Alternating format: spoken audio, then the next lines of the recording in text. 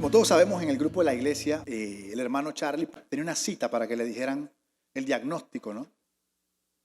Y, y hay distintas situaciones que pueden alcanzar distintos grados de importancia en nuestro corazón, ¿no? Dependiendo de la magnitud, dependiendo si nos ponemos a pensar en cuáles son las consecuencias de que el desenlace de esto sea este o sea aquel.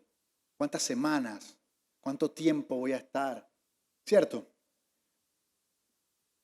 Y ese mismo día, yo había leído, el día anterior, perdón, un devocional que hablaba de que no existen solamente las 4 dimensiones que el hombre conoce.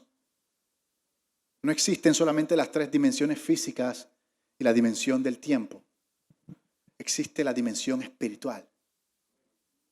Y que tradicionalmente, porque nosotros llevamos tanto tiempo funcionando bajo estas 4 primeras dimensiones, ¿no?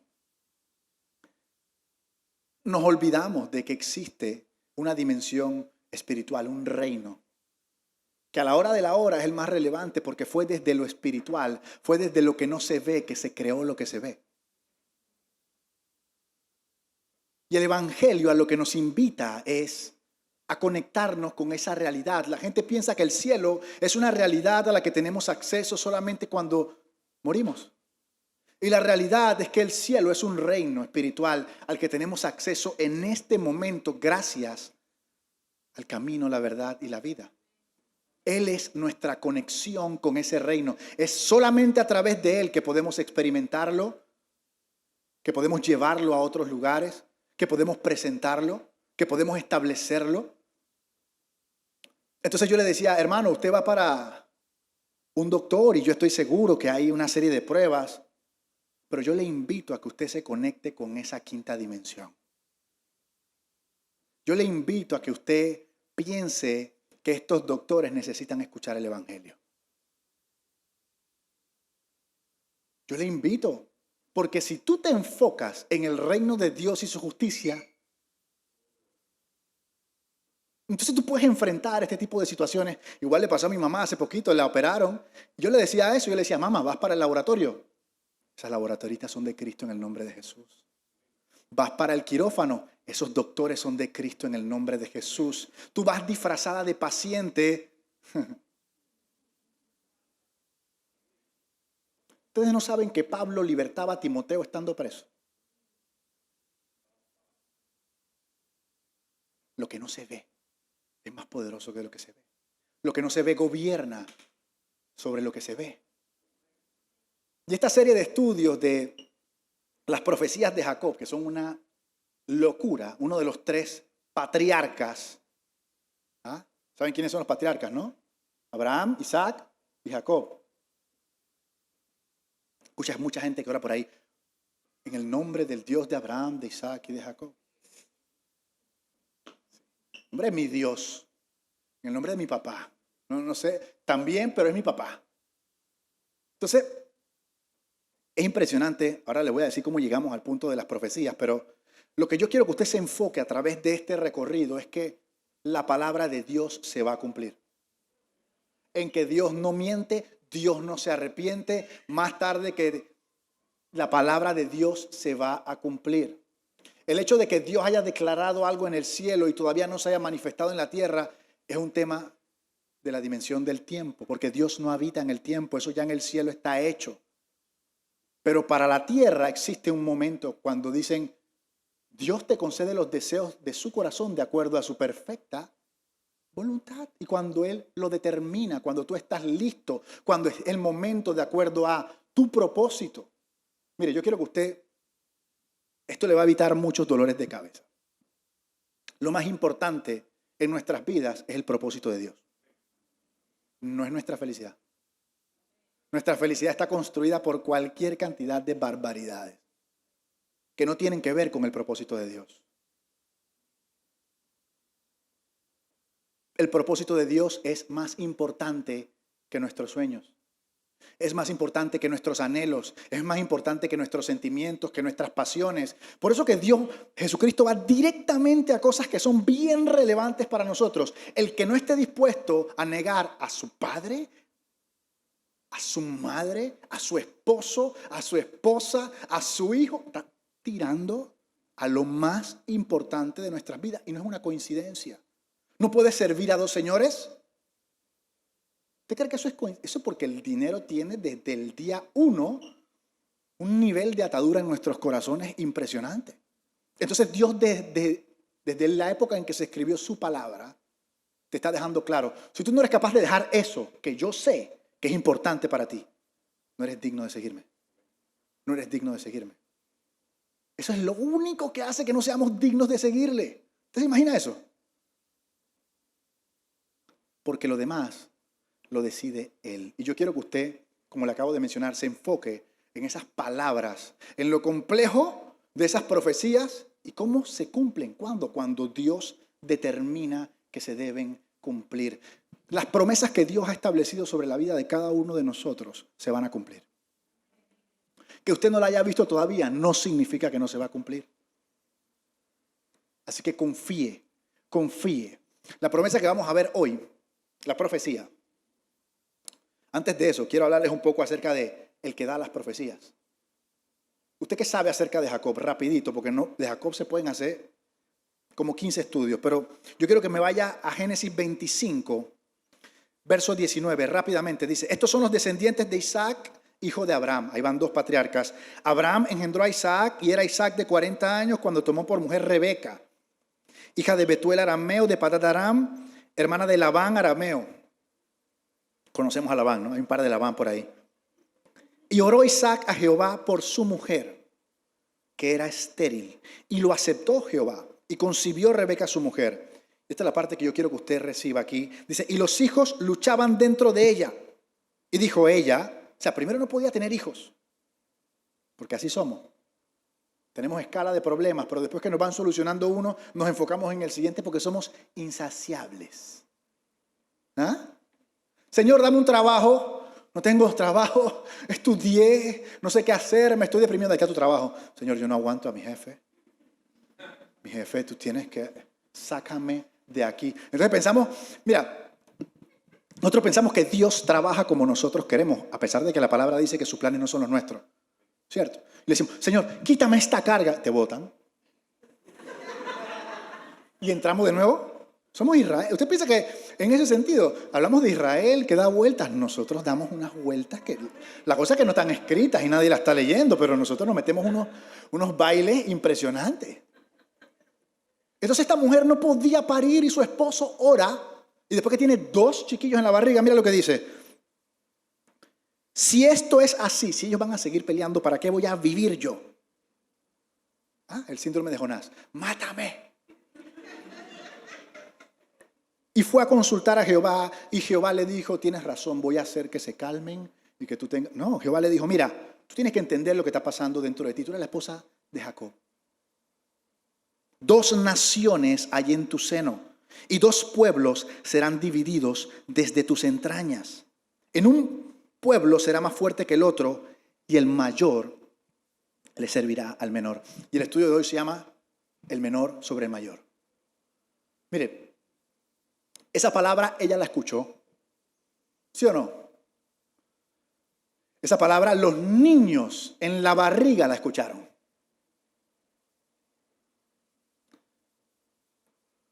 Pero ella le creyó a Dios o no le creyó a Dios. Porque cuando ellos crecieron y ella vio que Jacob amaba a Esaú, ella no confió en esa palabra. Ella pensó que esa palabra no se iba a cumplir. Y como ella pensó que esa palabra no se iba a cumplir, ¿ella qué hizo? Como dijo el pastor el domingo, metió la mano.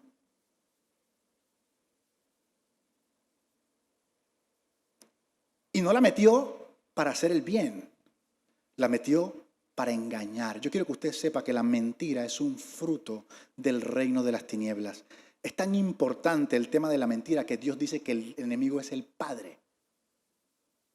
O sea que cuando usted miente, ahí hay un hijito de usted sabe quién.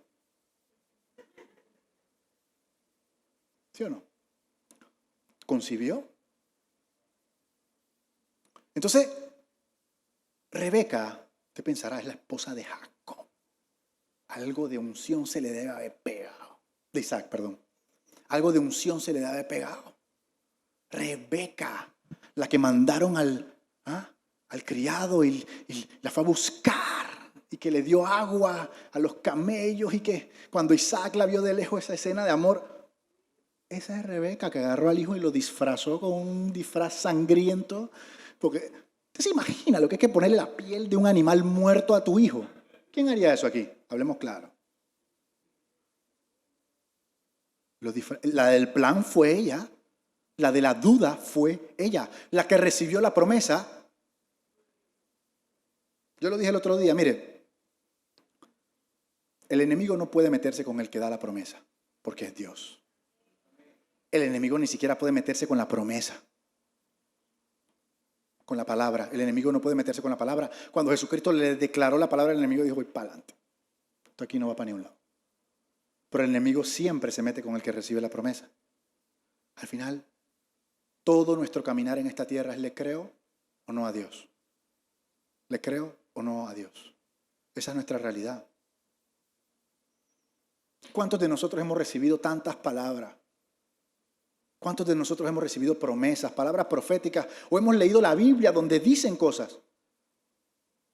Y de repente la situación aquí en la tierra, porque no en el cielo no cambia. En el cielo está ese que estábamos cantando, está sentado en una posición de descanso, no está preocupado, no está alterado, no está rascándose la cabeza pensando qué va a hacer. Él está claro porque ya él venció.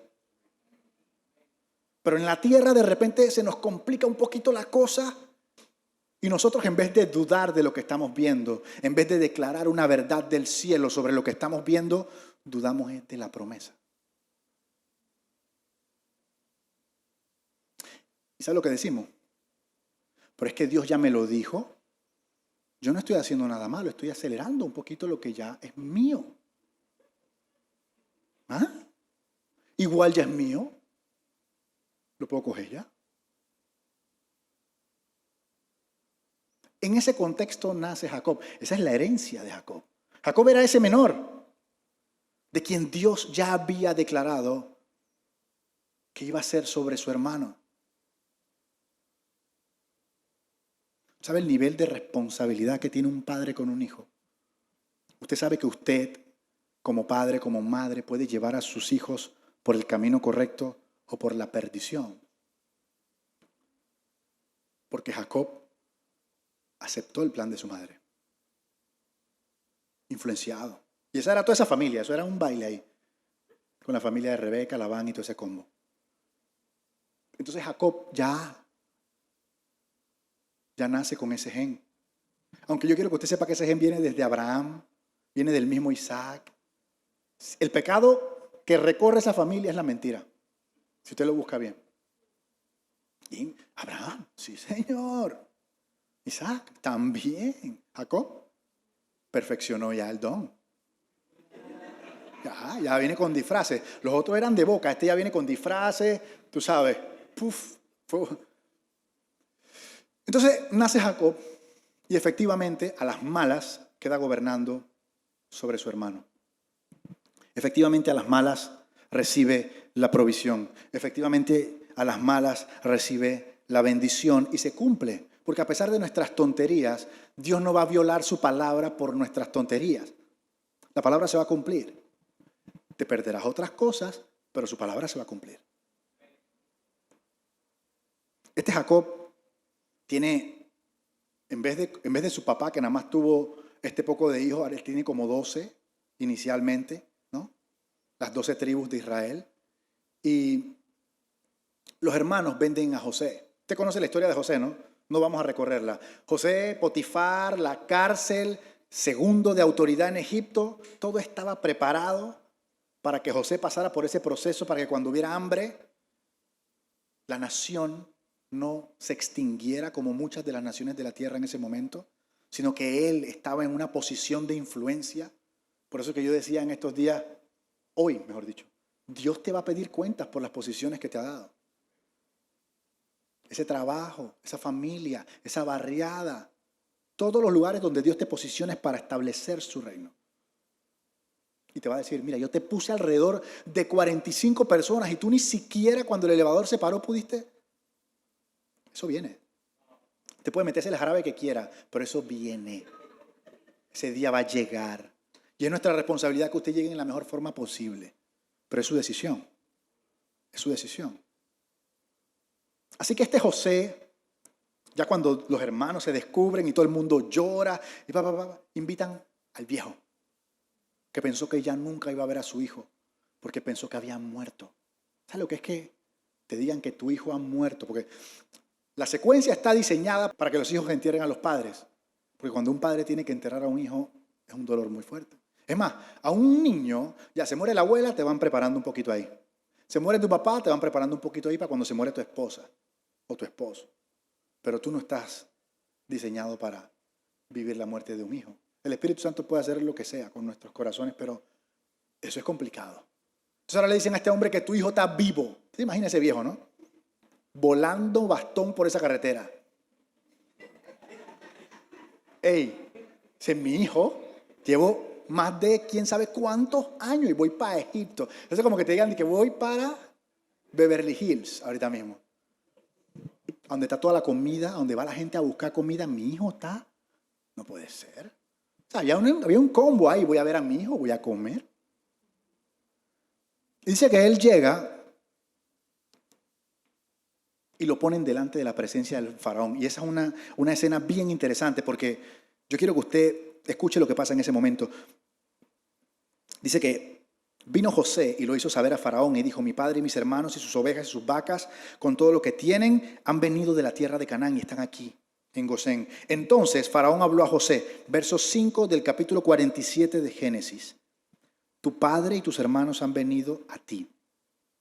La tierra de Egipto delante de ti está.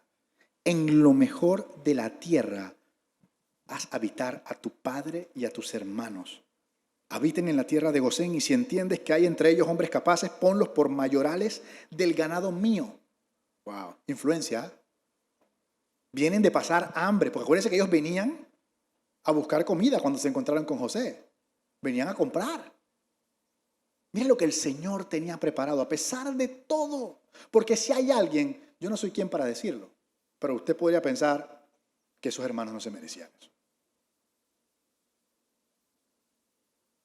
Pero esa es la misericordia del Señor y su promesa, porque Él prometió cuidar de este pueblo, que no solamente le tiene provisión, le tiene la mejor tierra de Egipto, le tiene alimento, le tiene ganado, que si los hermanos son, que los ponga sobre gobierno, no solamente provisión, gobierno y autoridad. Usted sabe que sobre usted, gracias a nuestro Señor Jesucristo, hay favor. Las cosas se mueven a nuestro favor, las puertas se abren, se cierran las que no, porque hay alguien que está trabajando por nosotros, ese Padre de nosotros. ¿Usted cree que esos versos que dicen que las aves del campo y que las flores del... ¿Usted cree que eso cómo funciona? Hay 1.000.000 de cosas que usted no ve, que no le golpearon porque nunca llegaron. Porque el que nos cuida nunca duerme.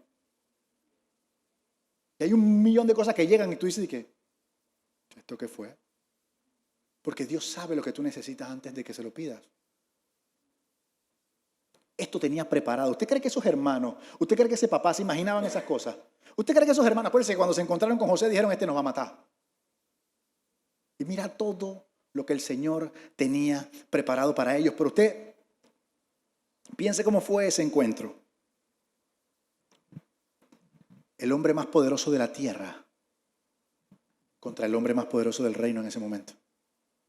¿Ah? Entonces imagina ese mantumán, uno de los gobernadores principales del mundo, era considerado como Dios por su pueblo, el faraón. Y la autoridad más alta en el reino de los cielos, en la tierra, en ese momento, Jacob. ¿Usted qué pensaría que pasaría ahí?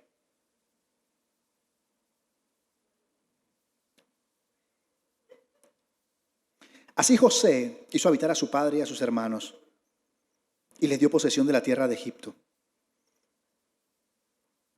Dice que, en el verso 7, dice, José introdujo a Jacob su padre y le presentó delante del faraón. ¿Cómo usted cree que llegó vestido Jacob a ese lugar? Ya no era un hombre poderoso, había sequía en toda la tierra. y enfrente el faraón, con todas las riquezas terrenales, con todo el poder terrenal. ¿Qué fue lo que pasó? Jacob bendijo al faraón. Yo quiero que usted sepa que a nivel de gobierno, el que bendice es el que tiene mayor autoridad.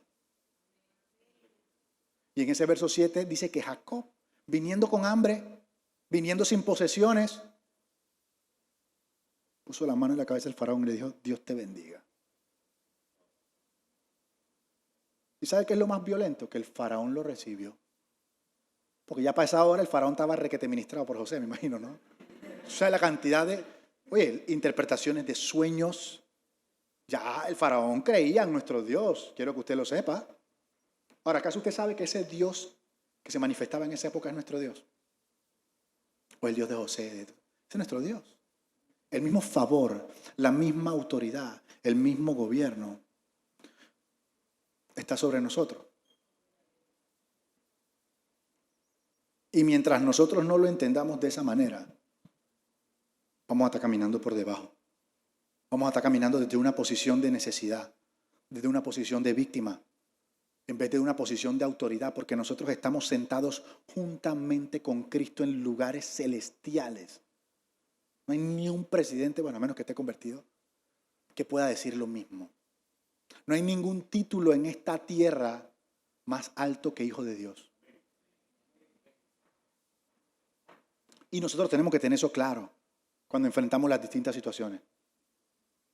Que esa persona puede tener el sello que su documento necesita, pero tu Padre es el creador del cielo y del universo. Que esa persona puede tener la firma y puede despedirte mañana, pero nuestro papá es el dueño del oro y de la plata y de los bancos y de los edificios y de las empresas y de todo.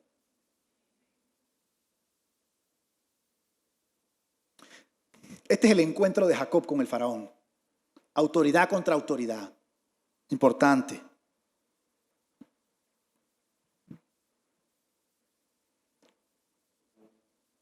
Dice que Jacob iba a morir.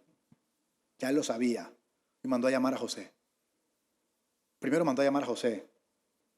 Y le comenzó a dar las dos primeras profecías. Las que vamos a ver hoy son las de Manasés y las de Efraín. Génesis 48.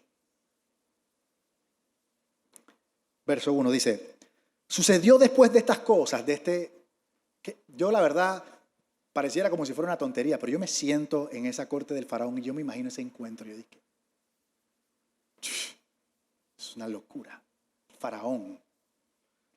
Sucedió después de estas cosas que dijeron a José: he aquí tu padre está enfermo. Él tomó consigo a sus dos hijos, Manasés y Efraín, y se le hizo saber a Jacob diciendo: he aquí tu hijo José viene a ti.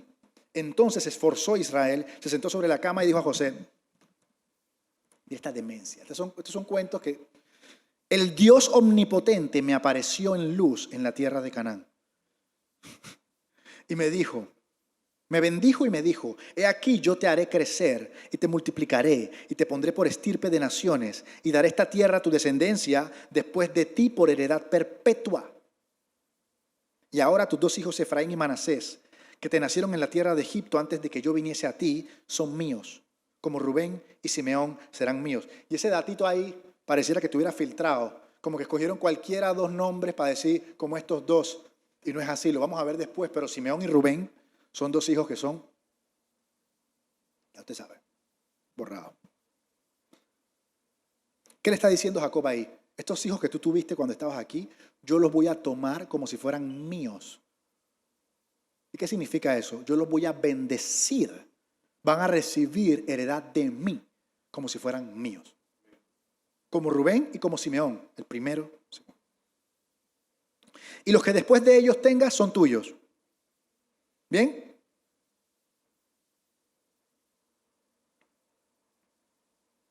Es bien interesante porque la adopción de Manasés y Efraín explica por qué hay 12 tribus. Para Dios, el número 12, ¿saben qué representa, no? Gobierno. Gobierno. Hay 12 tribus. A mí no me gusta mucho este tema de los números. Le hablo claro. Porque después la gente se vuelve loca y dice, ahí había un 12 en el teléfono público, faltaban las dos teclas y entonces yo tengo que gobernar mis llamadas. Yo dije, pastor, soñé con el 20. Y yo como que, ok, tienes 20 segundos para decirme el resto del sueño. Pero lo importante aquí es que hay 12 tribus, 12 príncipes de Ismael, 12 apóstoles, 12 columnas en el altar de Moisés, 12 piedras en el pectoral del sumo sacerdote, para los que les gustan estas cosas, 12 tortas de pan de la preposición, 12 espías buscaron la tierra escondida, 12 piedras conmemorativas, 12 gobernadores de Salomón, 12 piedras en el altar de Elías, 12 eran los músicos y cantantes en el culto de Israel, 12 hombres efesios llenos del Espíritu Santo, 12.000 de 12 tribus selladas, preservadas, 12 puertas de 12 perlas, 12 ángeles en las puertas, 12 fundaciones en la Nueva Jerusalén, cada uno con los nombres de los 12 apóstoles. El árbol de la vida tiene 12 frutos. Estamos claros, ¿no? Ya no veo. Y de ahora en adelante, el festival del 12, porque ahora viene. Pero usted dijo que estos dos hijos, para que estemos claros, miren la relevancia de los hijos que José tuvo en Israel. Esto sí me gusta a mí. Manasés significa perdón y Efraín significa fértil. Y la realidad es que el ministerio o la experiencia de José en Egipto está marcada por estas dos cosas. Realmente él fue fértil, dio fruto a diestra y siniestra y fruto que alcanzó para que su familia y su descendencia pudieran prevalecer en tiempos de sequía. Y perdón, pues la historia, usted sabe cómo está marcada, ¿no? Mira lo que dice el verso 8. Y vio Israel, estamos hablando de Jacob, ¿cierto? El pastor dio un verso que decía, yo te engendré, Jacob, yo te formé, Israel. No importa lo que haya nacido ninguno de nosotros. En las manos de él, en esa formación veremos nuestro destino. Jacob venía de ser considerado el tramposo, mentiroso, y el Señor lo formó y lo volvió Israel. Nada más que un nombre que ya usted sabe. Yo a cada rato digo usted sabe, si no sabe me escribo yo. Porque a veces veo con la cara de que...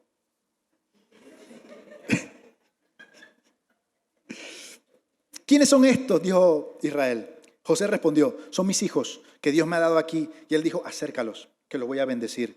Y los ojos de Israel estaban agravados por la vejez que no podía ver. Le hizo acercarse a él, los besó y los abrazó. Y dijo Israel a José, no pensaba que yo vería tu rostro. Y aquí Dios me ha hecho ver también tu descendencia. Se parece como a mi abuela.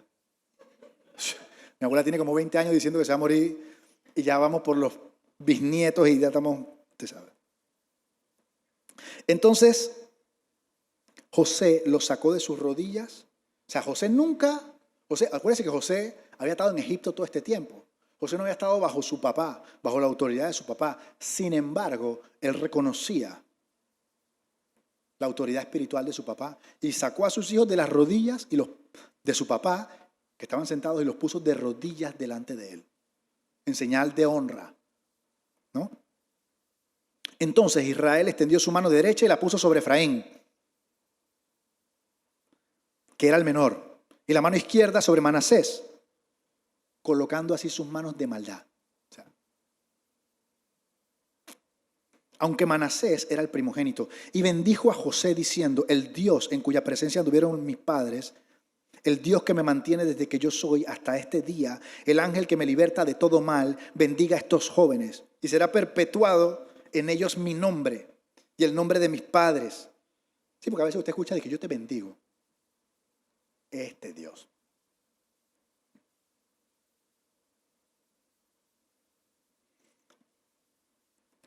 Multiplíquese en gran manera en medio de la tierra tu descendencia. Pero viendo José que su padre ponía la mano derecha sobre la izquierda, se disgustó y quiso cambiar la mano de su padre de la cabeza de Efraín a la de Manasés. Y José le dijo, papá, no es así, porque este es el primogénito, pon tu mano derecha sobre su cabeza. Mas su padre no quiso y dijo, hijo, yo sé. Él también vendrá a ser un pueblo y será también engrandecido, pero su hermano menor será más grande que él. y su descendencia formará multitud de naciones. Y lo bendijo aquel día diciendo, en ti bendecirá Israel, diciendo, hágate Dios como a Efraín, como a Manasés. Y puso Efraín antes que Manasés. Verso 22. Yo te he dado a ti, José, una parte más que a tus hermanos, la cual tomé yo de la mano del amorreo. Mire, Efraín no era el primogénito, ¿cierto? No era la costumbre. La costumbre era que pusieran la mano derecha sobre el primogénito y que recibiera doble porción. José tampoco era el primogénito, pero estaba recibiendo doble porción. Pero ahí yo no lo veía protestando, ¿ah? ¿Sí o no? Mire, lo que para el hombre está establecido de una manera, no necesariamente está establecido para Dios. No necesariamente está establecido para Dios. Y muchas veces usted se va a encontrar con que usted no merece esto, usted no está preparado, usted no está listo, usted no es digno. La persona preparada a veces escucha esto por antigüedad, es la que debe recibir tal cosa. La persona que ha estudiado, la persona con los títulos de teología, la persona que parece más cristiano, la persona con el mejor testimonio, la persona, el Señor le dice a Samuel, mira, yo no me fijo ni en lo alto, yo me fijo en lo que yo puse dentro de él. Y yo no sé a cuántos de ustedes les han dicho, esto no es para ti. Yo no sé a cuántos de ustedes le han dicho, tú no eres digno, tú no eres capaz, tú no estás listo, tú no estás preparado, tú no eres el primogénito. Pero si por así fuera, nosotros no estuviéramos aquí. Porque si hay alguien que no era digno, era yo. No soy digno. Esa es la realidad. Pero es el Señor quien lo determina, porque a pesar de que el mundo decía no, Él dijo sí.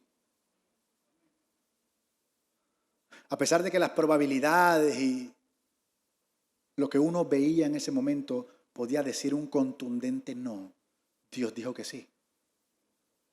Y esa es la razón por la que usted y yo estamos en este lugar. Ninguno de nosotros está en este lugar porque ha hecho méritos.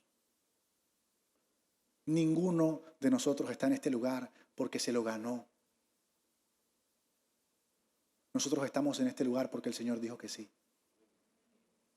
Dijo que sí, aún en contra de nuestra voluntad. Yo era de los que decía, Dios no existe. No es decir que Dios no existe. Hasta que su realidad fue lo suficientemente demoledora para que yo me callara la boca.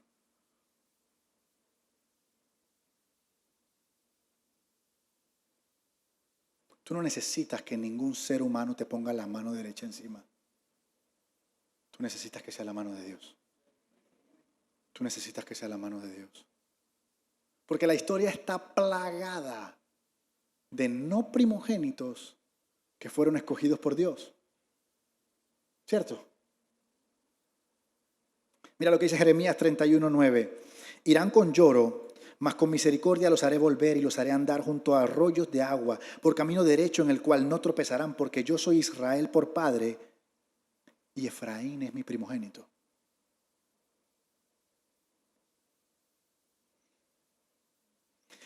La primogenitura, según Dios, es una posición de preeminencia en su reino, no en el útero, en su reino, para su propósito.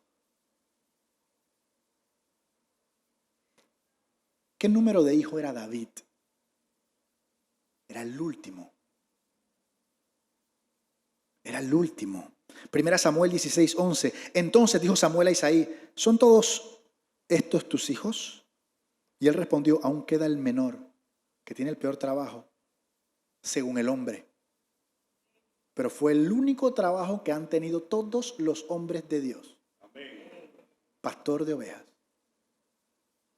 Moisés, David, Jesús se identifica como un pastor. David identifica a Dios como un pastor. José, mire, David Entonces, ¿son todos estos tus hijos? Y él le respondió, queda el menor que apacienta las ovejas. Y dijo Samuel a Isaí, envía por él, porque no nos sentaremos en la mesa hasta que él venga. Olvídate de todos los méritos humanos. Olvídate de las posiciones. Olvídate de las cualidades. Nada de lo que tú eres en el plano terrenal funciona en el espiritual. Nada. Ninguno de los estudios, nada. ¿Usted se ha puesto a ver quiénes eran los discípulos de Jesucristo? ¿Ah? Una banda de pescadores. ¿El pescador? ¿Qué sabe el pescador? Marea, red, sol. Ajá. ¿Cómo se compara esto con lo espiritual que tú necesitas para presentar el evangelio? Carnada, filetear, sol de nuevo, madrugadas, oleajes, casi me ahogo. ¿Cómo eso tiene que ver con el reino, con este reino espiritual tan poderoso, con sanidades, con milagros, con morir crucificado? Nada. ¿Mateo qué era? Cobrador de impuestos. Un banquero sería hoy. ¿Ah? ¿Qué tiene eso que ver con presentar el evangelio? Literalmente, y en el caso de él, ni siquiera su fortuna valía algo, porque la cambió por este reino. ¿Usted no se ha puesto a pensar cómo si tenía un cobrador de impuestos tenían a Judas con la plata? Por el propósito. Porque esa experiencia que tenía Mateo no servía de nada aquí.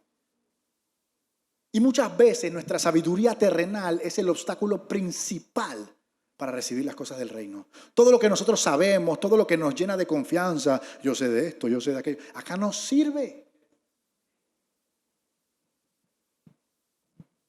Nada. Simón era un celote. ¿Usted sabe lo que es un celote? Un radical extremista judío armado, que ellos pensaban que la vuelta era violencia y que estaban esperando un Mesías que venía a acabar con todo y era atentados y vamos a matar a este emperador romano. Y de repente lo convierten a este reino de amor y paz y ama a tus enemigos y agarra ese cuchillo y chao, pilla la Biblia. ¿Se imagina? ¿Usted se imagina? Nada de lo que había aprendido servía. Por eso que la palabra del Señor es arrepiéntete. No se lleve nada, no guarde nada. Precisamente esa sabiduría es la que no nos deja avanzar. Precisamente es ese conocimiento el que no nos deja creer. Porque es tan real, porque está pasando, porque realmente la cuenta bancaria, porque realmente el trabajo, porque realmente el Excel. La palabra. Porque en el principio no había nada y de la palabra salió todo. ¿Qué le decía el Señor a Josué, a Moisés? No te apartes de esa espada, no te apartes de esa comida, dice, no te apartes de mi ley.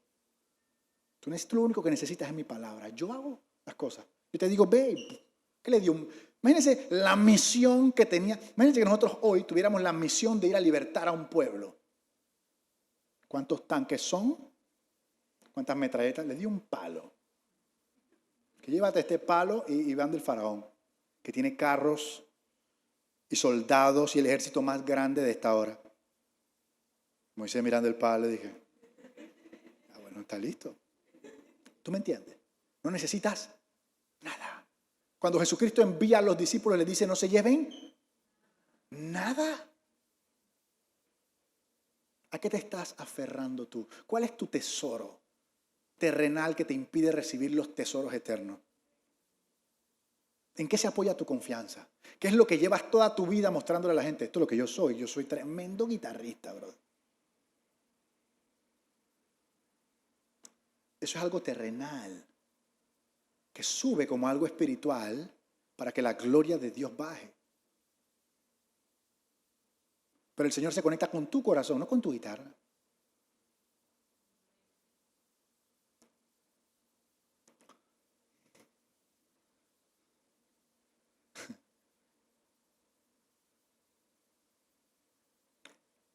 Salmo 89, verso 20. Hallé a David mi siervo, lo ungí con mi santa unción. Mi mano estará siempre sobre él, mi brazo también lo fortalecerá. No lo sorprenderá el enemigo, ni hijo de iniquidad lo quebrantará, sino que quebraré delante de él a sus enemigos y heriré a los que le aborrecen.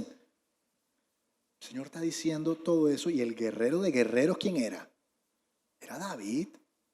Pero el Señor es el que está diciendo que yo voy a... ¿Usted no se da cuenta que David era un súper guerrero militar y hubieron varias batallas que él nada más llegó y el Señor volvió a la gente loca y se atacaron entre ellos y él estaba aquí y qué?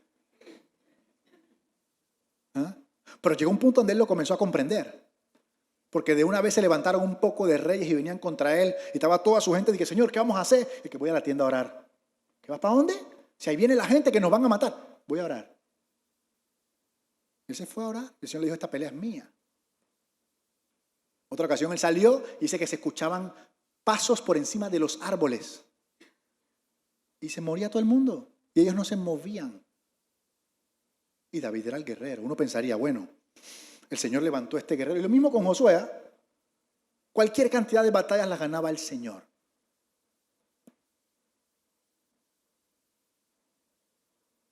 Jesucristo fue el primer ser humano que Dios creó. No. Millones de seres humanos antes de Jesucristo, ¿cierto? Pero ¿qué dice él? Colosenses 1:15. Él es la imagen del Dios invisible, el primogénito de toda la creación. Es su voluntad. Es su decisión. ¿Cómo se cumple esta profecía de Efraín y de Manasés para cerrar?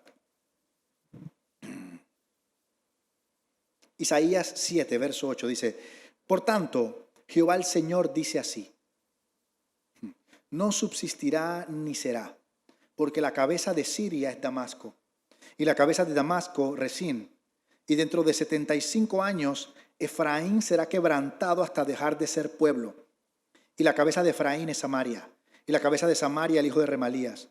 Mire, es tan brutal la preeminencia de Efraín sobre Manasés, que usted, yo no sé si se acuerda que Israel en un momento se dividió en dos reinos. El reino del norte, donde la capital era Samaria, y el reino del sur, donde la capital era Jerusalén. ¿Cierto? ¿Cierto? Bueno. Está en Reyes. Primera y segunda de Reyes, métale candela ahí. No se preocupe. Pero el reino del norte, a pesar de tener todos estos pueblos, era llamado Efraín. Imagínese la influencia o la importancia que Dios le dio a Efraín, que lo puso por nombre de uno de sus dos reinos. El reino del sur se llamaba Judá, el reino de Judá, que tampoco era el primogénito, era el cuarto. Números 2, verso 1 dice, habló Jehová a Moisés y a Aarón diciendo, los hijos de Israel acamparán cada uno junto a su bandera bajo las enseñas de la casa de sus padres, alrededor del tabernáculo. O sea, en ese momento se estableció el tabernáculo, las tribus van a acampar alrededor, pero las tribus acampaban en un orden de importancia. Verso 18, la bandera del campamento de Efraín por sus ejércitos al occidente, y el jefe de los hijos de Efraín, Elisama, hijo de Amiud. ¿Cuántos eran? 40,500. Junto a ellos, en siguiente escala, Manasés. ¿Cuántos eran ellos? 32,000. Junto a ellos, la tribu de Benjamín. ¿Cuántos eran? 35,000. Entonces, estamos hablando de 3 tribus, ¿cierto? Hombres. Y mira lo que dice el verso 24. Todos los contados en el campamento de Efraín serán 108,000. O sea que identificaron a estos 3 como Efraín, que no era el primogénito. O sea, yo no sé si usted está entendiendo lo que significa esto. Yo no sé cuál orden usted se ha inventado o le han dicho que esto tiene que llevar. Pero yo le voy a ser bien sincero. Nosotros no crecimos en una iglesia como esta. A nosotros nos hablaron de muchos órdenes. Y nos metimos en varios líos. porque era un orden que nosotros no sentíamos que era del Señor. Y como yo lo dije en la clase del viernes, por esa búsqueda, por ese saber que hay más, por ese meternos con la palabra, por ese no seguir lo que se estaba estableciendo en ese momento, es que estamos aquí. Nosotros comenzamos con una célula que habían 13 personas. Y ahora tenemos esta maravillosa iglesia por la misericordia del Señor. ¿Qué orden está en la cabeza de usted? ¿Cuáles son los límites que usted se está poniendo que le dicen que usted no puede hacer lo mismo o muchísimo más?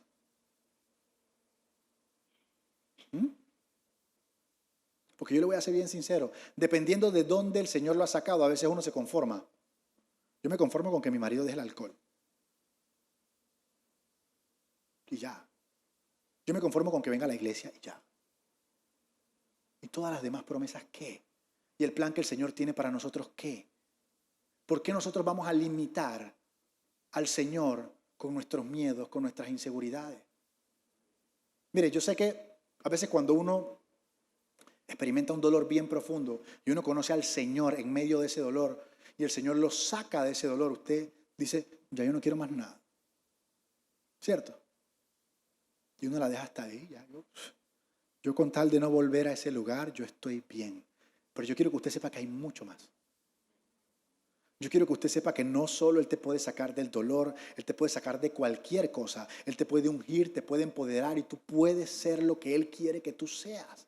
¿Usted cree que David, cómo vivía David siendo el más pequeño? ¿Usted ha visto el más pequeño en una casa? El más pequeño en una casa no tiene esa seguridad, no tiene esa capacidad de liderazgo porque no lidera a nadie. El mayor lidera a los chiquitos, pero el chiquito ¿a quién lidera? Al perro.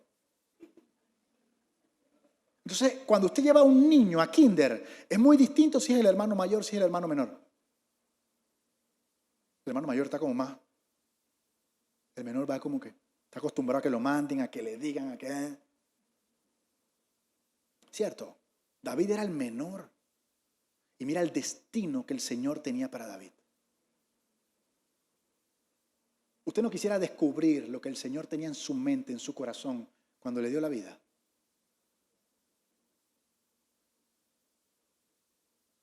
Mire, yo no quiero que ninguno de ustedes llegue al lugar donde va a morir pensando qué hubiera pasado si.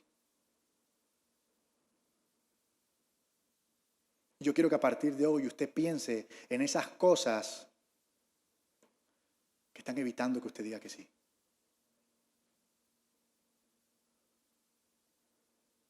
¿Sabe cómo se contesta eso?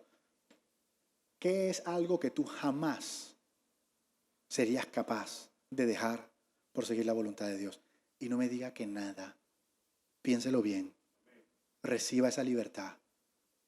Crea que el Señor lo puede hacer. Porque si buscas primero ese reino, todo lo demás, es que uno ni siquiera conoce qué tan feliz puedes ser. Por eso que la palabra que te dice, si tú abandonas tu vida, la ganarás. Pero si buscas tu vida, la perderás.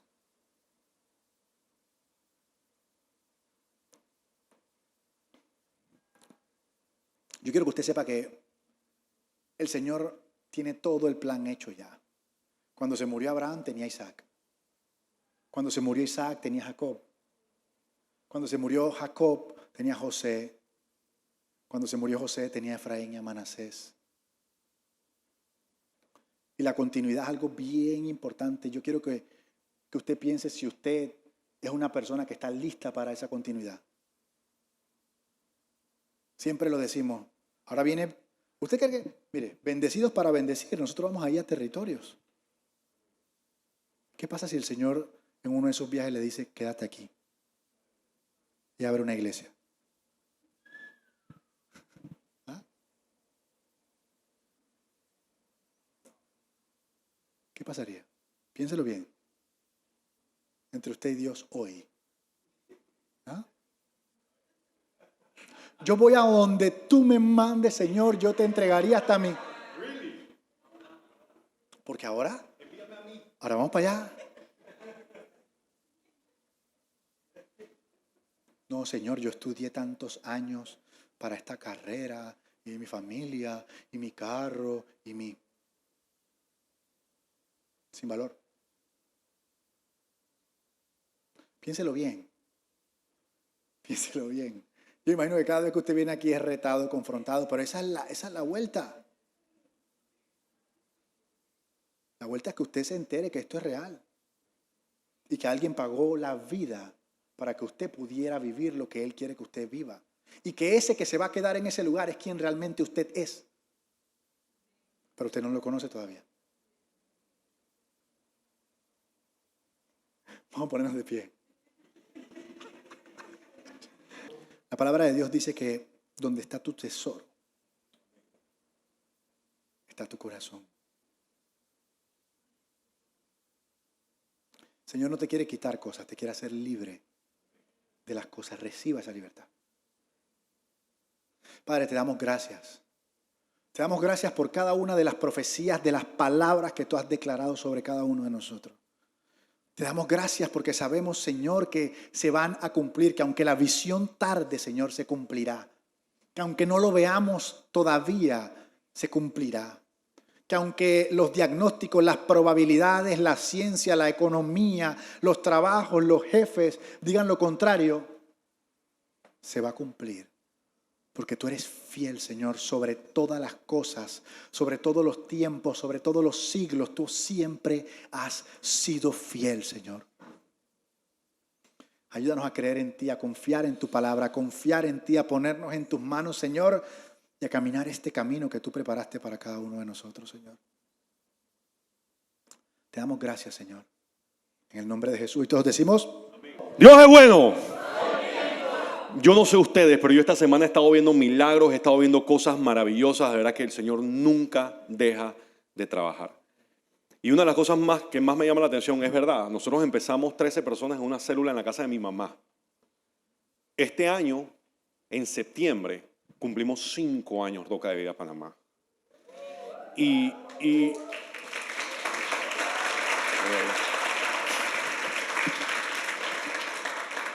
como dice Pajillo, nosotros nunca pensamos que estuviéramos aquí. Si Pajillo se considera la persona menos preparada o menos digna, yo soy el primero. Él no sabe, yo soy el presidente de la Asociación Panameño de Indignos para el Señor. Sí, pero aquí estoy porque al Señor le plació. No porque si esto, ni porque hablo así, ni para hablar. Porque créanme que hay muchos predicadores que tienen mejor léxico y que hablan mucho más y se visten mejor que yo y todo. Pero es hermoso cómo la Biblia nos dice y nos recuerda una y otra vez de que el Señor escoge lo vil y lo menospreciable, lo peor, lo más bajo. Y hay muchas personas que por su pasado piensan que Dios no te puede usar. La pregunta del millón es, como dice él, yo quiero que nada más deje de ser alcohólico, pero ¿hasta dónde estás dispuesto a llegar para el Señor?